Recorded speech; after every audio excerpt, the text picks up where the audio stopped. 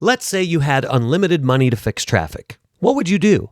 Would you build more lanes? Maybe invest in better public transit?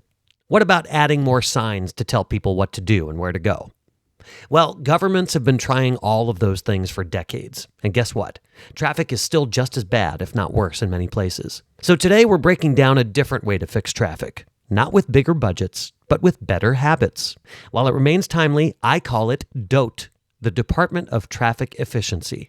It's not a real government agency, but it should be. Because today we're going to break down why adding lanes doesn't solve traffic and often makes it worse, how small driving habits have a bigger impact than billion-dollar projects, and why the real solution isn't about infrastructure. It's about you, me, and how we drive every day. Traffic and more traffic in 6 minutes. Randy, here's Randy Keith. Welcome back to Mastering the Commute, your 6-minute traffic fix. I'm Randy Keith. Today we're talking about the infrastructure illusion, why more roads won't fix traffic. Now here's the absurdity of more lanes. In Houston, the Katy Freeway is the widest in the world at 23 lanes. It cost billions to expand, yet still experiences some of the worst congestion in the country. So here's why building and expanding roads won't solve congestion. More lanes equals more problems. The concept is called induced demand. When you build more capacity, more people use it, and traffic returns to its miserable state. Build it and they will come. More lanes mean more merging, which means more braking, which means more phantom jams. Remember episode 2? Instead of spreading out, traffic waves still happen. The road just fills up again and eventually always has to merge at interchanges, something I covered in episode 3 on freeway personalities. Wider roads encourage faster, more aggressive driving, leading to more accidents. Here are a few other extreme examples of road spending. In Boston, they had a project called the Big Dig. Originally, it was budgeted at $2.8 billion and it ballooned to $14.6 billion and still didn't fix congestion. Atlanta's Extra Lane Plan added more lanes to I-285, only for travel times to increase due to aggressive merging issues. And of course, in Los Angeles and Southern California, I could go on and on about the projects that I remember just in my 10 years of traffic reporting. The 405, when they built the carpool lanes and expanded those through the Sepulveda Pass. That worked for a little while until more people started buying hybrid cars and carpooling, and then the carpool lane filled up just about as bad as the other lanes.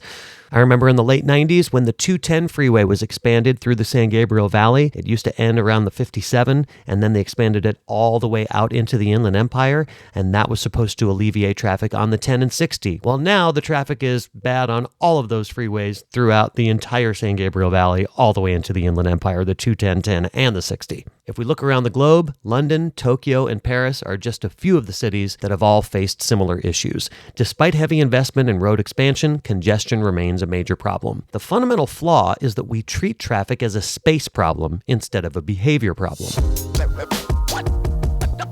Now, here's what countries have tried that actually works. In Singapore, like some projects I've heard about in the state of Oregon, they have introduced road pricing models, charging for peak hour road use. That's led to better traffic flow. In Sweden, they've shifted investment from roads to traffic management systems, AI-based signals, congestion pricing, and incentivizing smart driving. And in the Netherlands, this sounds like my favorite project, they invested in better highway merging systems rather than more lanes, improving efficiency with less cost. What's the overall takeaway? Infrastructure alone won't fix this. The real fix starts with us, drivers. So here are the core principles of my DOTE plan. Small actions, big impact. Number 1, constant speed driving. Less braking equals smoother traffic flow. If even 10% of drivers stopped unnecessary braking, traffic could improve by up to 30%. And I think that's a conservative statistic. Number 2, merging smarter. Merging late works better.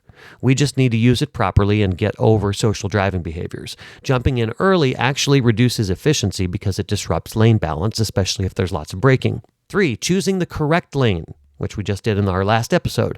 If you're cruising under the speed limit in the left lane, move over. When you have lane discipline, you have fewer lane changes, fewer slowdowns, fewer accidents. 4, thinking ahead, aka driving with your brain, not just your feet. Pay attention to on-ramps and bottlenecks before you reach them. A simple lift off the gas 5 to 10 seconds earlier can reduce traffic shockwaves behind you. The goal, a mass movement of smarter drivers. And that really is what this podcast is all about. Imagine if 1 million people started driving efficiently overnight. No new roads, no construction, just a massive instant improvement. Sound like a fantasy? It's not. Traffic efficiency is just as contagious as road rage. We just have to make a conscious choice. So the next time you hit the road, try this. Keep a steady speed instead of reacting to every little slowdown. Merge efficiently instead of jumping into gaps at the last second. And think about how your driving affects everyone behind you.